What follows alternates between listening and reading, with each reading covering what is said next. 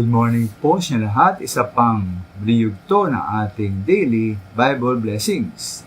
Pamagat po ng ating aralin ngayong umaga ay mabuting kawal ng Panginoong Yesus.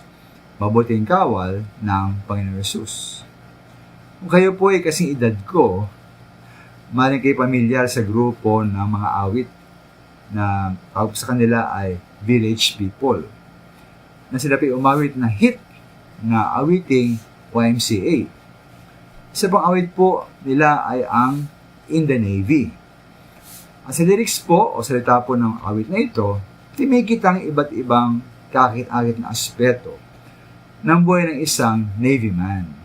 Halimbawa, ayon po sa awit, pag nasa Navy ka, maging masaya ka sa paghanap ng yaman, moto ka ng agham at teknolohiya, at mag-isimula matupad ang mga pangarap mo.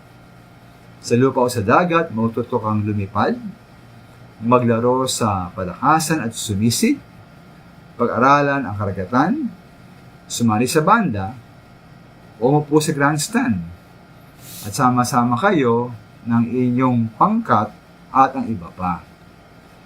Kami ito rin pong isang parang recruitment, pang-recruitment sa Navy ang awit na ito.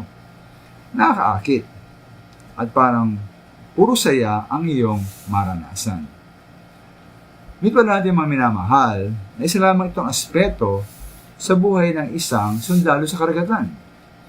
Dahil sa panahon ng digmaan na maaring sumiklab anumang oras o araw, masaya pa kaya ikaw sa Navy? Dito ang mga minamahal din sa atin bilang mga Kristiyano.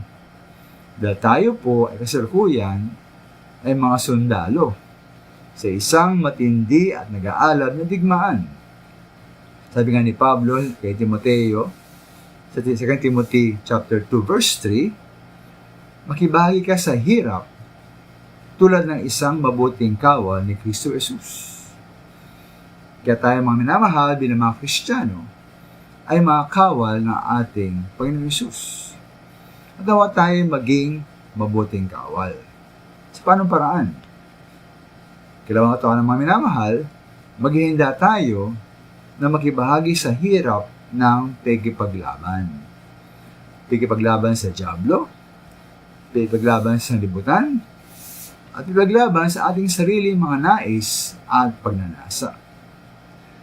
Kaya mga minamahal, tayo maging matatag. Matatag sa gitna ng mga pagsubok, pag-uusig, at paghirap sa ating buhay.